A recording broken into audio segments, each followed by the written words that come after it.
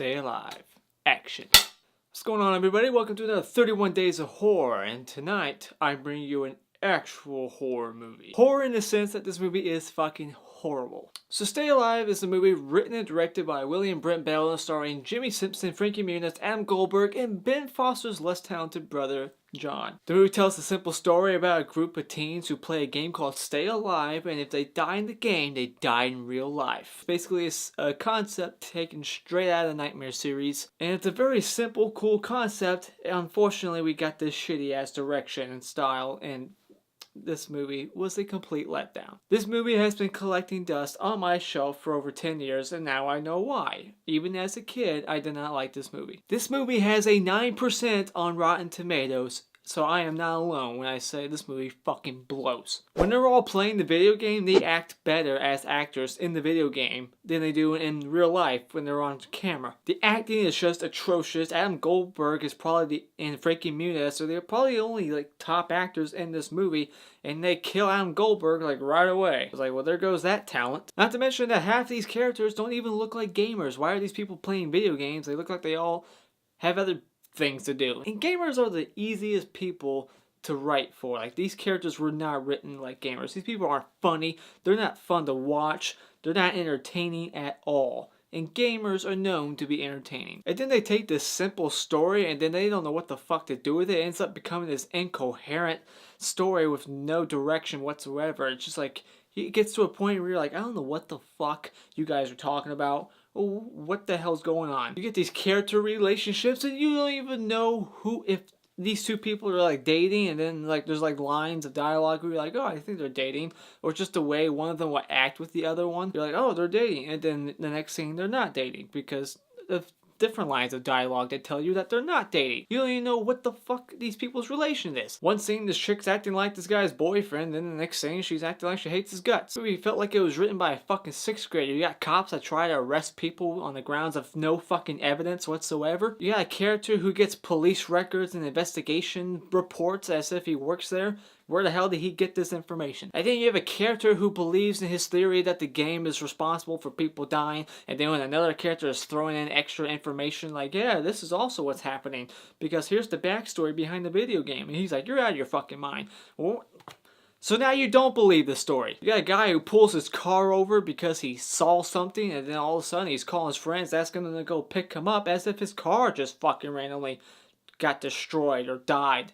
It did not. You just simply pulled over, unbuckled your seatbelt, and got out. And then you got these characters who just keep revealing like this extra backstory about themselves as if it's like some twist or revelation, and it has zero fucking impact on the story of this movie. Oh no. I also live in my van. Really? What does that do with us being killed by this fucking video game? I don't like fire. My dad set the house on fire and killed my mom. What does that have to do with this fucking story? This is just another piece of shit movie that got boiled down to a PG-13 rating just to make an extra buck, hopefully by a broader audience. And this movie did go past its budget, but not enough to get a sequel. Thank God. The concept is if you die in the game, you die in real life, but we got a few characters who apparently die in the game, but we don't even see their characters die in the game. They just end up dying for no fuck. It's like, so the game just keeps cheating, so therefore there's no rules, and therefore there's no point to watch. They're just like, yeah, they're all fucked. Another strange thing I want to point out is that this woman is just taking pictures at this funeral with a camera straight out of like 1977. It's like, why does she have like a 70s camera and not a 2006 camera? Is she that poor? And then the CGI in this movie makes fucking The Thing 2011 look like Avatar. It's that bad. And then, once they defeat this evil finally by going along with this made up lore at the last second, the very end of this movie is a evil lives on ending. As if that makes sense at all. No, they destroyed it. How the fuck is it still alive? Because hopefully there will be a sequel. No, there's not going to be a sequel. So it's pointless. The only positive I can give this movie is the video game in this movie is somewhat entertaining, and it looks like a video game that I would want to play because I am actually an indie horror game player.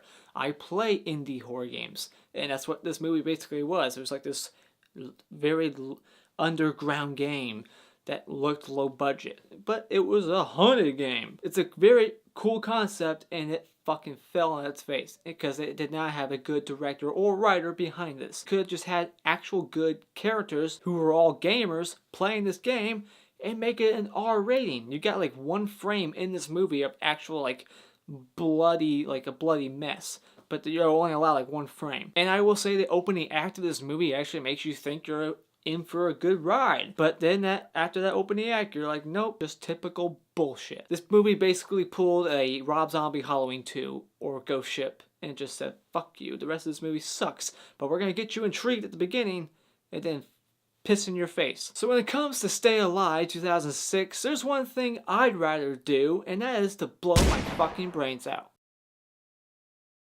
Yeah, this movie was pretty fucking terrible. I was like almost laughing at how bad this movie was and the shit that I was seeing unfold. This is just a very incoherent story, cool concept, and they just don't even know where to go with it. It's just stupid.